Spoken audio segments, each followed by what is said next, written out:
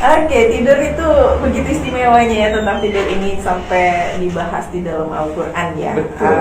Adanya rasa kantuk menjadi salah satu tanda yang menunjukkan kebesaran Allah Subhanahu Wa Taala. Ada banyak hikmah dan manfaat gitu dari tidur tadi seperti yang disampaikan oleh Ayah Haji ya. Ternyata kita juga kalau mau tadi menasehati itu juga bisa dilakukan ketika mereka sedang tidur gitu. Tapi jangan pada kondisi delta, deep sleep, tapi kondisi theta. Kondisi theta dan 90 menit theta. tidur lah, jadi awal 90 menit. Jadi Ya, kayak gitu fasenya. jadi intinya kita ketika mau menasehati kan enggak langsung spontan ya, berarti harus ada persiapan. Nah, Ada kita persiapan. tahu ya, kita lihat nih yang mau tidurnya ini mau dinasehati ini tidur udah berapa lama gitu ya. 90 menit apa belum ya? Kalau 9 menit kedua udah lah, orang itu sudah asik tidur. Oke, jadi itu ya. Iya, Tapi lebih iya. dahsyatnya tadi di jam 3-an. Jam 3 karena jam 2, jam 3, melatonin jam sudah mulai turun, insulinnya mulai Iya. turun, kemudian dia naik, bangun kesadaran sudah mulai ada muncul. Ketika bangun kesadaran pertama dia muncul, itulah sebenarnya seperti kita menghirup udara pagi sebenarnya. Masih segar-segernya itu, enak diajak Jadi belajar. masuk nyerap ya. Iya. Oke, habis itu tahajud. Habis itu tadi. Subhanallah. Iya, ini kita perdalam lagi ya, kita explore tentang lebih banyak lagi tentang ayat-ayat yang berkaitan dengan tidur, Oke. terutama di dalam pandangan Islam gitu. Iya. Kita juga masih banyak hal yang belum tahu tentang tidur ini. Ayat-ayat yang menerangkan keutamaan istimewa tidur dan pembelajaran tentang kenapa Allah memberi kita rasa kantuk ini. Ayah coba diperdalam lagi. Ada ayat-ayat lain yang juga apa nih? Ya, banyak ayat Ada sih. istilah-istilah tidur itu juga ya? yang belajar Ada itu. naung. Nah, apa aja naung itu? kan ada istilah naung. Nah, tadi sudah dibahas yang naas tuh ya. Nah, nuas. Nuas. Ada tidur rekat. Rekat itu kan tidur yang panjang. Seperti tidurnya Ashabul Kahfi. Ya. Cerita tentang Iya, ini, tentang gimana? Ashabul Kahfi. Nah, Ashabul Kahfi itu tertidur. Jadi Kenapa Allah membuat mereka tidur Nah, panjang? ini harus pertanyaannya cakep nih. Kadang-kadang kita nggak, oh kenapa sih orang begitu harus ditidurin panjang? Iya, kan kita mengenal tidur kan hanya ya umum-umum kan 8 jam gitu. Tapi kenapa Allah membuat mereka tidur panjang dan lama dan masuk juga di dalam Al-Quran gitu ya? Apa ya? Iya, Alasannya? karena gini ya, mereka sedang berjuang di jalan Allah, memperjuangkan imannya segala macam. Dia tidak mampu melawan dengan apa yang dirinya. Dia mau melawan cuman 9 orang atau berapa, 7 orang di dalam Al-Quran. Nggak bisa melawan raja, melawan kekuasaan nggak bisa. Gimana kita mau perubahan dengan sedikit orang, dengan sumber daya yang terbatas? Ketika kita dihadapkan dengan sumber daya terbatas dan sudah tidak ada lagi orang yang mau nolong kita, tidak ada yang membantu kita, maka disitulah Allah memainkan peran yang besar sekali. Makanya kalau Mbak Resti punya masalah besar, ngadu ke saudara dianggap kayak bercanda, ngadu ke teman ini lu minta mulu, ngadu dianggap udah nggak ada orang yang mampu menolong kita. Ini Allah ingin mengatakan, innalillahi baliklah padaku, hanya aku yang bisa menolong itu. Untuk saya tolong maka harus dekat dengan aku. Akulah yang bisa menyelesaikan itu. Orang lain itu sama aja sama kamu juga, ditolong sama Allah. Hebatnya dia karena ditolong sama Allah. Supaya kita membangun kemesraan dengan Allah. Makanya bangun kemesraan dengan sholat. Atau ketika tidur itulah fase yang terindah kita membuat ikrar bahwa kita ini tidak ada apa-apanya di hadapan Allah. Bahwa kita mengatakan, engkau hebat ya Allah, saya ini lemah. Ikrarkan itu. Makanya sebelum tidur itu kata kuncinya supaya nanti alam bawah sadar kita bekerja. Sadar nggak bahwa di dalam tubuh kita itu ada namanya sel dan inti sel. Itu sebuah kekuatan saling berhubungan sehingga kita bisa bergerak segala macam. Siapa yang menggerakkan itu? Itu para malaikat. La ilaha illallah al-maliku haqqul mubin. Jadi kekuatan itu hanya milik Allah. Siapa yang menggerakkan seluruh gerakan tangan kita? Makanya orang dicari tuh, orang pernah itu sel, siapa di dalam selnya, dibuka selnya, ternyata kosong. Siapa yang kosong itu? Yang kosong itu siapa? Apa? Siapa ya? Nggak ada siapa-siapa. Berarti ada sesuatu yang nggak bisa kita lihat. Jadi ada kekuatan yang nggak bisa kita lihat, hanya bisa kita rasa. Apa yang kita bisa lihat? Ya itu ada. Makanya orang kita dulu belajar beriman kepada hal-hal yang gaib itu. Nah, gaib siapa? Nggak bisa kita lihat kekuatan-kekuatan tertentu itu. Sebenarnya badan kita ada hal yang gaib. Jadi ini gini, tangan kita. Ini udah mulai tasawuf filsafat ya. Tangan kita. Di tangan kita ada organ kita ada sel kita ada inti sel kita ada atom segala macam, ada partikel. Dibuka itu inti sel itu tidak ada apa-apa. Itu kasat mata kita. Lewat alat tertentu nggak ada apa-apa, cuman ada air. Di dalam inti sel itu cuma ada air, kok bisa cerdas, bisa membangun. Makanya kata Allah, saya buat kehidupan itu dengan air. Bacaan tulisan bermain hayang dan dibuat sebuah suatu hidup itu karena ada air. Jadi ternyata buat tubuh kita itu air. Nah, karena kita sudah tidak mampu menghadapi itu, apa yang kita lakukan?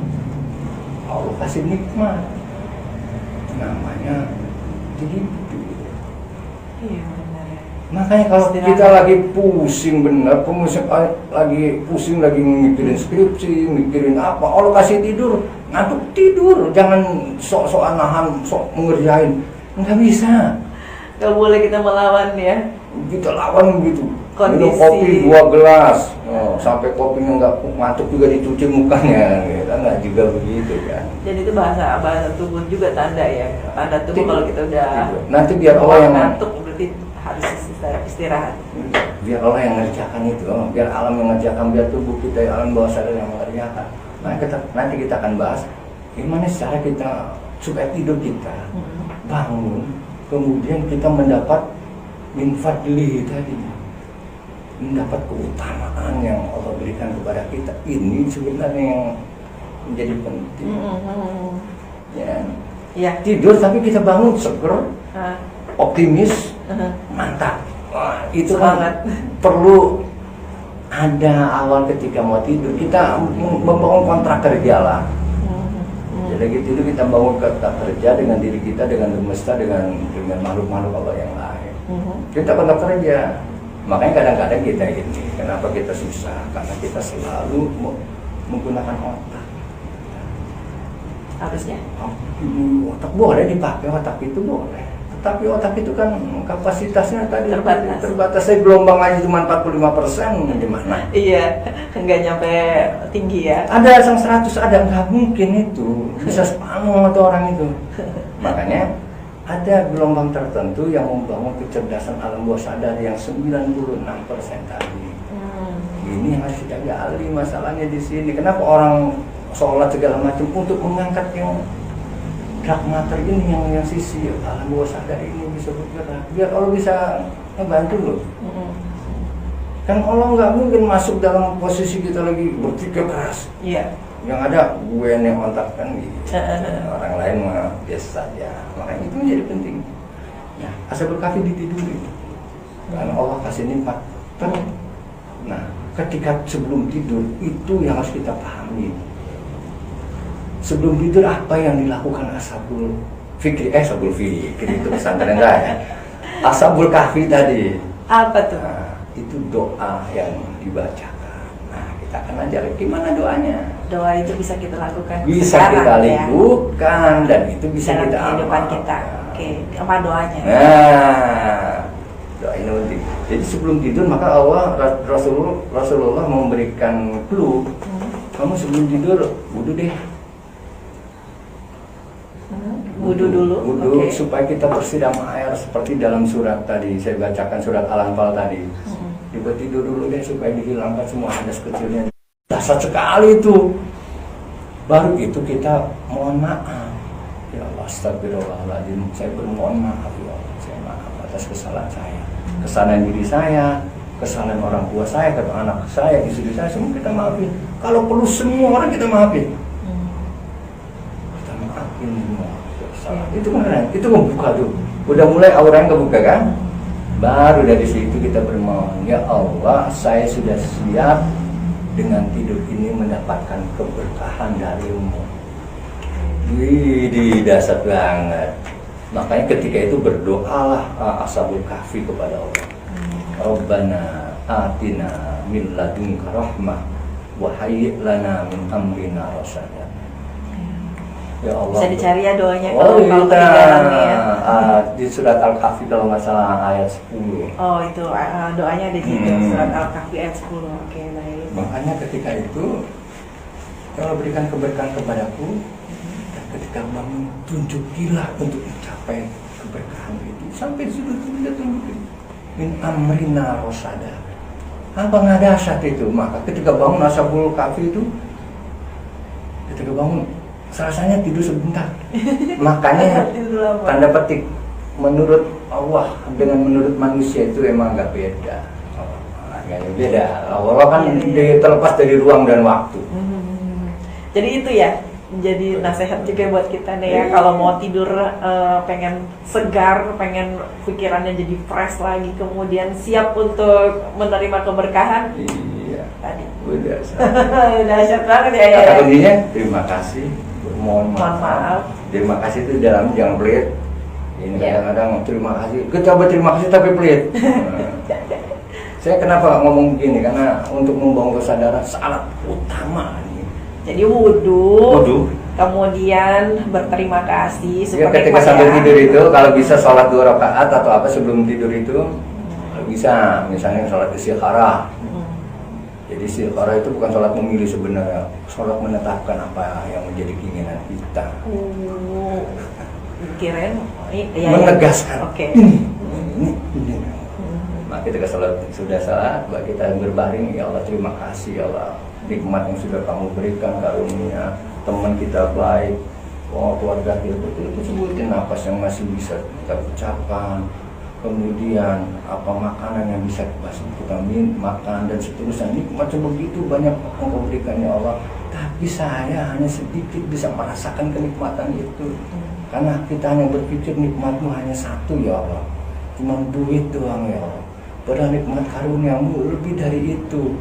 Tetangga yang baik itu nikmat ya Allah, sahabat yang selalu menemani kita itu nikmat, anak yang soleh itu nikmat. Banyak banget ya yang kadang kita anggap sepele. Mobil jalan kemudian nggak mogok itu nikmat ya Allah. Coba kalau kata Allah mogok itu mobil. Benar. Semua di gimana coba? Perkaranya untuk seorang muslim itu ya baik semuanya ya. Yang jelek di mata kita hanya prasangka kita aja gitu ya. Tapi itu juga tentu saja tidak lepas dari contoh atau yang diteladani oleh Rasulullah ya kepada kita dalam soal tidur ya. Betul. Jadi, kalau Rasulullah sendiri mencontohkan tidur itu yang baik itu seperti apa? Ada 3 hal yang Rasulullah lakukan tidur itu. 3 hal ini dia selalu lakukan tidur itu. Kapan tidur Rasulullah itu ada 3 waktunya. Oke. Kapan ini? Setelah Isya. Setelah Isya. Tidur. Setelah Isya tuh setelah waktu Isya dur habis. Ya, habis sholat Isya segala macam istirahat tidur. Kemudian bangun lagi ketika jam 3. Kalau dicatat tadi. Bangun kita sholat. Kemudian setelah sholat 10 menit sebelum azan pertama. Kalau di sini tahrimnya. Ya, kita tahrim. Kita tidur sebentar 10 menit. Tidur. Kemudian tidur yang ketiga Rasulullah dilakukan pada siang hari, namanya Qailullah. Tidur Qailullah itu tidur siang. Makanya perlu tidur siang itu supaya apa? Merefresh kepenatan tubuh kita, kepenatan pikiran kita. Di Jepang sudah dilakukan. Jadi jam 11 siang itu tidur mereka. Oh iya, anak-anak sekolah pada tidur itu. Tidur berjamaah di jam itu. Bukan makan tapi tidur gitu. Itu refreshing ya. Saking bermanfaatnya tidur itu ya. Ya, kalau umat Islam kan enak, sudah disuruh tidur, disuruh sholat. Harusnya umat Islam tuh nggak ada yang stres gitu loh. Nggak ada pusing gitu loh. Karena udah di sholat, dijedahkan sampai malam selesai sholat. Iya. Ada dua waktu yang nggak boleh dilakukan Rasulullah SAW tidur. Sampai kapan? Subuh, Subuh. setelah sholat subuh, Heeh. dan setelah sholat asar. Subuhnya? Setelah sholat subuh itu nggak boleh tidur. Setelah sholat subuh Heeh. dan sholat Asar, nih. setelah sholat asar? Iya.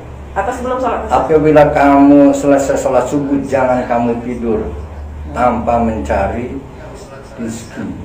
Makanya kalau orang dulu rezeki itu dipatok ayam. Itu ada hadisnya, hadis Rasulullah. Setelah sholat subuh jangan tidur. Ada tugas baru yang kamu lakukan, cari rezeki.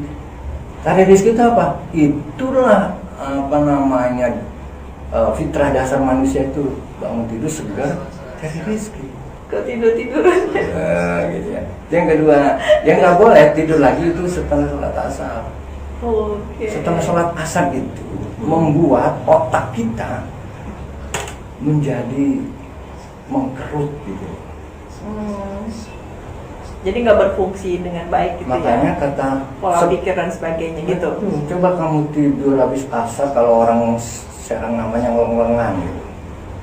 Misalnya bingung ini waktunya kapan ya. Makanya di hadis Ad-Dalami, barang siapa tidur setelah sholat asar lalu hilang akalnya, artinya turun potensi kecerdasannya, maka jangan pernah salahkan kecuali pada dirimu sendiri. Jelasnya Ad-Dalami. Ini kalau kita sholat asar adalah asar tidur, wah itu sudah mulai kapasitas otak kita mulai berkurang tuh. Menurun. Bahkan orang yang sering itu dari asar katanya ini menurut riset itu mengalami apa yang lupa itu apa sih namanya dia? Pikun. Pikun itu karena disebabkan sering tidur asar. Oh, sih. Ya. Kenapa orang dulu pas siang-siang, ayo dia tidur nak, supaya nanti asarnya jangan sampai tidur. Oke. Kasih pekerjaan asar itu, ayo kamu main bola, ayo kamu olahraga, ayo segala macam. Kalau soal menghadap arah ini yang dilakukan Rasulullah juga ada. Ada miring, ada ke miring, ada ke kanan. Iya, supaya nanti nggak tertekan itu paru-paru. Nggak ada kaitannya dengan kiblat ya kayaknya.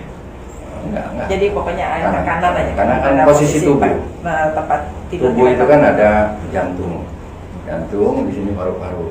Kalau kita tidur sebelah kiri, kita menggencet paru-paru kita, nafas kita menjadi ternganga. Kalau di sebelah kanan. Kalau sebelah kanan itu paru-paru terbuka. Gitu kan. Kalau yang ada nggak boleh juga tidur kalau seenaknya sebenarnya. Makanya ketika tidur kan kita nggak tahu kita lagi merumah kayak bahasa apa ya, bapang gitu ya.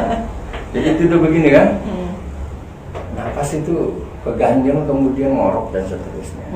Yang paling pas itu tidur itu ngadep kanan supaya nanti rongga paru-paru pernapasan kita berjalan. Karena ketika tidur itu semua organ itu semuanya kapasitasnya turun. Makanya kalau orang dulu penelitian tidur itu termasuk organ semua tidur, tidak. Ternyata penelitian itu salah. Katanya tidur, padahal semua ada nggak tidur, itu kayak organ ngompa, jantung ngompa masih, kemudian tetap aktif, aktif semuanya aktif, sel-sel aktif, cuma kapasitasnya diturunkan supaya jangan sampai tegang mulu nih, tidur dulu deh. Kita juga jadi jantung mulai agak ini, nafas segala macam udah mulai teratur segala macam, itu kan itu bagus itu untuk metabolisme. Luar biasa ya, dari penjelasan ini berarti Allah itu benar-benar menunjukkan kebesarannya lewat tidur ya. Lewat tidur doang. Ya. Ini ayah katanya kalau kita ingin tahu apakah dosa-dosa kita sudah dibersihkan oleh Allah, salah satu cirinya adalah di waktu subuh kitanya bangun nggak sholat, kita bangun nggak untuk sholat subuh gitu. Kalau kitanya dimudahkan untuk sholat subuh berarti itu katanya dosa-dosa kita diampuni atau gimana menurut ayah nih? Iya. Benar nggak sih itu jadi ciri kita? Kalau kita susah bangun sholat subuh tuh? Emang kan karena kita membiasakan sesuatu yang buruk gitu. Kenapa sesuatu yang buruk ini gini loh Mbak. Jadi kadang-kadang Allah tuh sudah ngasih fitrahnya sudah dari awal, tapi kita tidak mau menerima fitrah itu, menolaknya, bahkan kita menutupinya. Contoh, Kalau Mbak punya anak kecil, baru lahir lah sekitar umur sekian tahun, sekian bulan, kemudian dia itu jam 4, jam 3 itu bangun, benar apa enggak? Salah apa benar? Rata-rata bangun, itu fitrah dia, Allah bangunkan jam segitu itu. Kemudian emaknya yang mau menutupi fitrah anak itu, nah ini masih jam 3, nah tidur lagi deh, padahal itu sudah bangun mereka. Coba lihat, emaknya belum bangun, bapaknya belum bangun, anak kecil sudah bangun, fitrahnya memang bangun jam 3. Allah membangunkan. Membangunkan, emang fitrah, metabolisme tubuhnya fitrah. Kita yang menutupi. Banyak hal yang kita tutupi gara-gara kita menutupi fitrah. Contoh, fitrah misalnya, sekarang orang pakai pampers. Orang tidak lagi tahu bagaimana cuci. Akhirnya apa? Dia tidak tahu ke kamar mandi gimana pipis, gimana cuci. Akhirnya dia tidak tahu kebersihan. Kenapa begitu? Karena tidak diajarkan fitrahnya. Contoh orang makan sendiri, itu kan fitrah. Disuapin itu sampai besar, sampai dia nggak bisa ngapa-ngapain. Makan disuapin, diambilin, karena fitrahnya ditutup. Begitu juga karena kebiasaan buruk kita disebabkan kita menutupi fitrah kita itu. Karena fitrah yang ditutupi akhirnya menjadi dosa kita, menjadi pusing sendiri itu. Harusnya subuh sholat jam 3 kata Allah, fatahajjad bihi nafilatan lak. Bangun sholat tahajud. Kita nggak bangun, udah jam 3 udah dibangunin, padahal udah dibangunin sama Allah.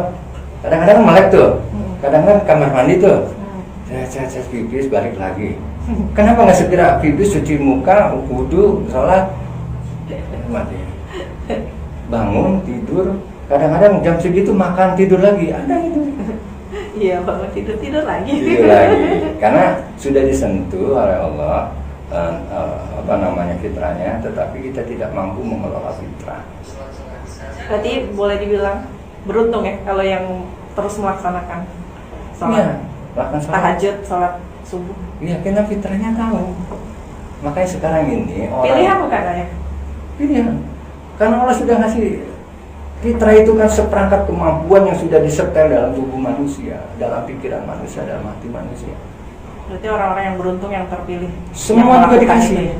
Cuman kita tidak menangkap sinyal dari Allah. Berarti orang yang terpilih. Mampu menangkap kabar gembira dari Allah itu. Iya. Ya kita kan ini kan ini. Ya jangan malas-malas ya. Iya. Tapi kita kan enak nih jam segini nih. Aduh nggak berasa ya ngobrolnya panjang banget nih, sampai sebenarnya masih banyak yang harus dibahas nih kayaknya kalau ngomong soal tidur ya. Tapi karena waktu. Iya, karena ini babnya tidur aja kan kita nggak selesai. Nanti mungkin kita sambung-sambung di kesempatan berikutnya, ada nyelip-nyelip lagi nanti ya.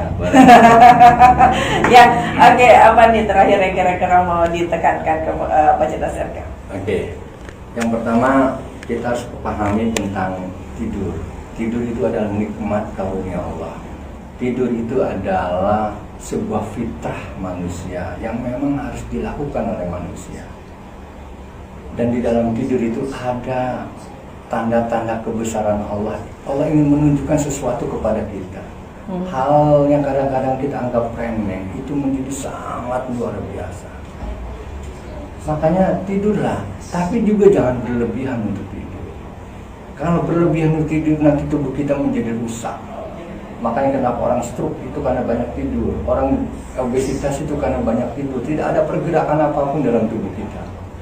Kan tubuh jadi rusak. Disebabkan karena kita tidur nggak rumah aja, bangsa rebahan. Tidur bisa stroke dan cepat sekali otaknya segala macam rusak. Karena memang banyak yang diproduksi oleh tubuh kita yang sehingga merusak. Contohnya misalnya kadar gulanya segala macam karena nggak bergerak, otak nggak dipakai dan seterusnya, itu akan membunuh pelan-pelan sel-sel yang tidak dipakai. Makanya Allah akan sel-sel itu akan juga berdoa kepada Tuhannya, ya Tuhan saya sudah nggak dipakai lagi gimana nih, maka beberapa sel itu akan mati dengan sendirinya, maka tumbuhlah banyak penyakit, diabetes, kemudian menjadi pelupa, menjadi stroke, menjadi itu salah satunya karena rebahan, tidur mulu pagi, jadi kayak Mbah Surip namanya. Iya benar. Tapi tidur juga harus kita lakukan, jangan sampai kita kurang tidur. Jadilah manusia yang bisa memanfaatkan sinyal-sinyal yang Allah berikan kepada kita. Kita suruh tidur ya tidur, jangan dipaksakan. Kalau udah ngantuk jangan dipaksakan. Nah, tidur saja misalnya. Makanya kalau saya laksanakan fitrahnya ya. Iya, kalau saya di kelas ada santri saya tidur, saya diamkan itu. Sini nikmat banget itu, jangan dilawan ya. Itu sulit. Berapa orang datang ke saya supaya bisa tidur? Saya punya kawan 20 tahun nggak bisa tidur. Bayangan tersiksa. Malam aja kita nggak bisa tidur, tersiksa. Benar, bersyukurlah. Bolak-balik kesel. Iya, karena memang ada sesuatu alam bawah sadar kita yang selalu mengkhianati fitrah kita. Banyak kita selalu mengkhianati fitrah kita. Bawaan yang setelan Allah itu. Makan, fitrah. Kenapa badan kita rusak? Karena fitrah kita tidak mengikuti kata Rasulullah untuk mengikuti fitrah makan. Ya. Kata Rasul, berhentilah ketika sebelum kenyang gitu. Belum kenyang. Artinya ketika kenyang kita udah berhenti deh. Nggak usah tambah-tambah itu. Pola makannya juga dan seterusnya. Nanti kita bagaimana sih kaitannya tidur dengan makan mencerdaskan itu, membangun kecerdasan itu baik gitu. Makanya ketika mau tidur saya katakan tadi, berdoalah kepada Allah. Apa yang kita mau ketika waktu mau tidur itu? Kalau kita kekurangan ilmu, ya Allah, zidna ilman, warzuqna fahman. Kalau kita butuh anak, yang punya anak, ketika mau tidur kita berdoa kepada Allah, ya Allah, saya butuh anak. Kalau kita istri dan anak segala macam supaya bahagia, kita doakan gitu. Ketika tidurlah sel-sel itu akan bekerja, tubuh kita akan bekerja sesuai dengan semesta, maka semesta itu selaras dengan kita. Semesta itu kan adalah firman-firman Allah. Wa min ayati itu kan firman-firman Allah. Firman Allah itu ada di tidur, firman Allah itu ada di nikah, firman Allah itu ada di alam semesta. Maka kita adalah masuk ke dalam firman-firmannya.